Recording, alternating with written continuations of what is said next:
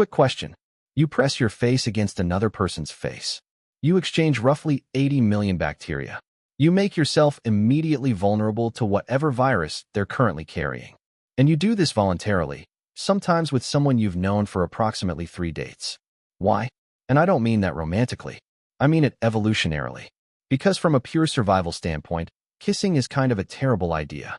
It carries real disease transmission risks. It offers no obvious reproductive advantage on its own, and it puts you in close enough proximity to another person's saliva that you're essentially opting into their immune system's recent history.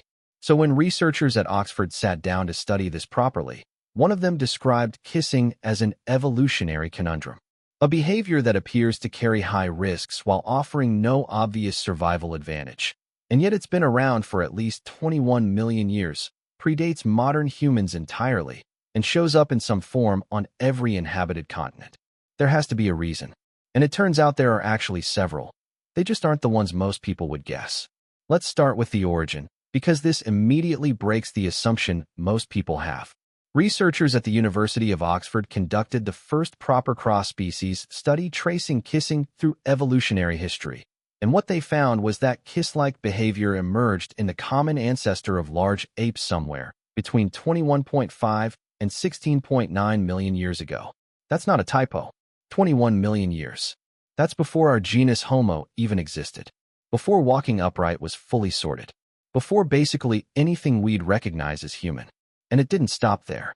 The same research concluded that Neanderthals, our extinct human relatives, almost certainly kissed too. The evidence for that comes from 2 directions. Genetic studies show that humans and Neanderthals interbred, and separate analysis of ancient oral microbes found that they exchanged saliva. If they were close enough to swap bacteria and have children together, they were almost certainly kissing. So this thing that feels very modern and very human, the romantic gesture, the goodbye peck, the first kiss, is actually one of the oldest social behaviors our lineage has. It just got dressed up differently over time. Okay, but here's the question that's actually harder. Why does kissing look the way it does? The lips, the slight suction, the protruding. Why that specific motion? Scientists have been arguing about this for decades. Some hypotheses say kissing evolved from premastication. Basically, mothers pre-chewing food and passing it to infants mouth to mouth, which was extremely common before blenders existed. The lips protrude, the suction happens, the contact is intimate. Sound familiar? The problem is that doesn't really explain why it became a romantic and social gesture that has nothing to do with food transfer. Others suggest it's a derived form of sniffing, getting close enough to smell a potential mate for compatibility cues. Plausible, but it doesn't explain the specific mechanics either. The most recent and honestly most interesting theory comes from an evolutionary biologist at the University of Warwick who suggests kissing is the last surviving remnant of primate grooming. In great apes, social grooming, picking debris and parasites from each other's fur, almost always ends with mouth contact.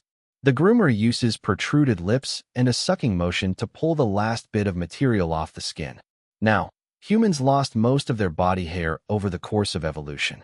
Grooming sessions got shorter and shorter as there was simply less fur to groom. But that final mouth contact stage at the end, that apparently stuck around.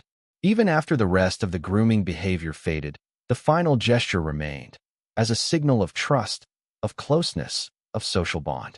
Kissing, in this theory, is essentially the fossil of an ancient grooming ritual. We lost the context. We kept the ending. Here's the thing, though. If kissing is this ancient, universal behavior with deep evolutionary roots, you'd expect to find it everywhere. Every culture, every society, all of them doing it. Except that's not what the data shows at all. Researchers from the Kinsey Institute looked at 168 cultures across the world, asking one simple question. Do people here kiss romantically? And the results stopped them cold.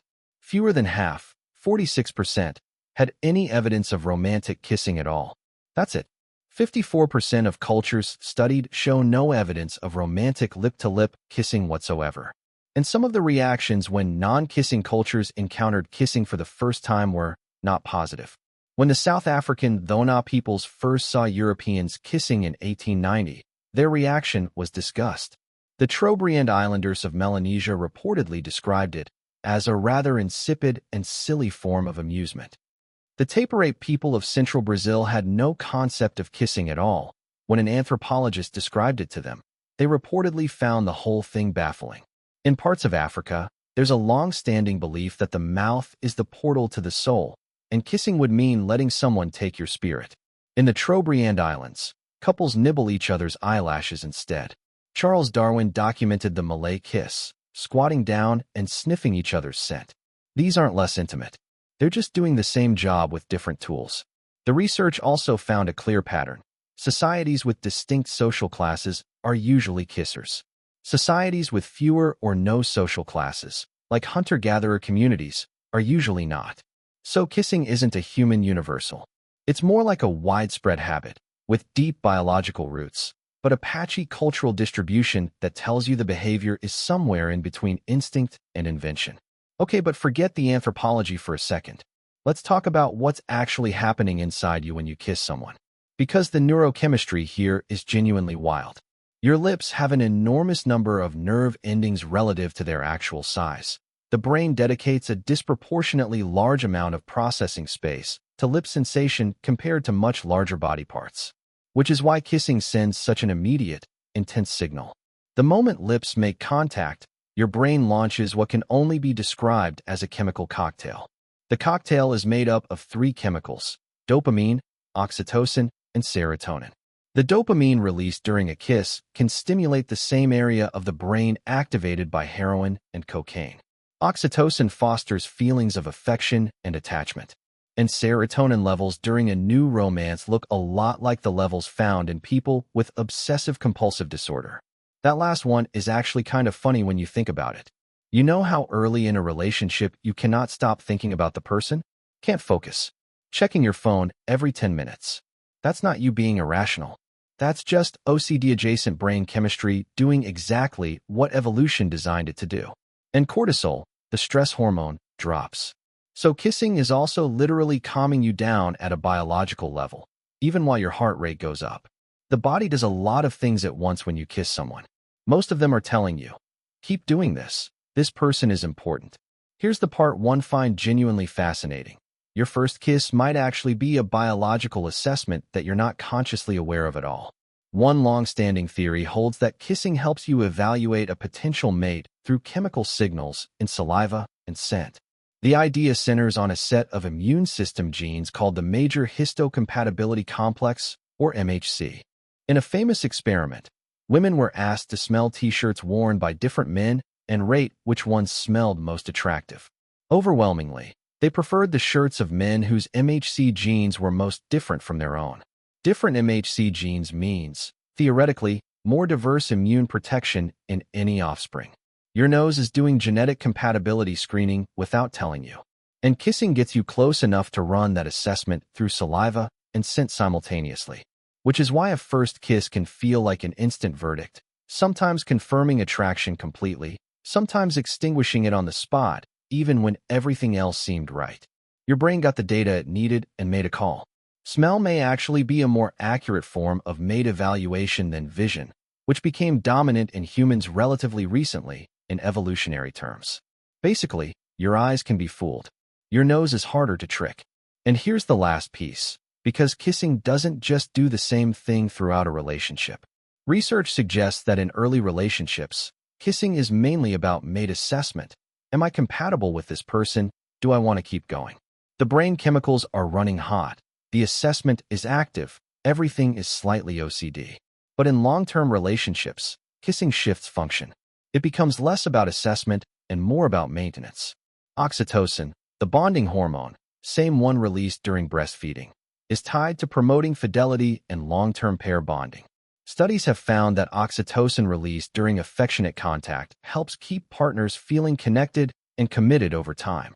There's also a finding that couples who have been together a long time are generally less likely to engage in long, intense kissing, but that the kissing they do have is more strongly associated with relationship satisfaction than it is in newer couples. Basically, early on you're kissing because you're compelled to. Later on, you're kissing because you mean it. And it turns out that's actually a biological distinction, not just a romantic one. So why do humans kiss? Because 21 million years ago, Something that looked a lot like kissing was already happening in the ancestor we share with great apes. Because when we lost most of our body hair and stopped grooming each other properly, the final gesture of that ritual, the mouth contact, stayed behind as a signal of closeness and trust. Because the specific chemistry it triggers is so effective at bonding two people together that evolution kept it running even at the cost of the bacterial exchange. And because across cultures and centuries, even the ones that don't kiss romantically found their own version of the same thing. Eyelashes, sniffing, cheek touching, because the underlying need it's meeting is apparently non-negotiable. Your brain dedicates more processing space to your lips than to almost any other part of your body.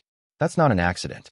That's a design decision made over millions of years of social evolution, trying to make sure you pay attention to something important. The bacteria are just the price of admission. Do you think kissing is more instinct or more culture?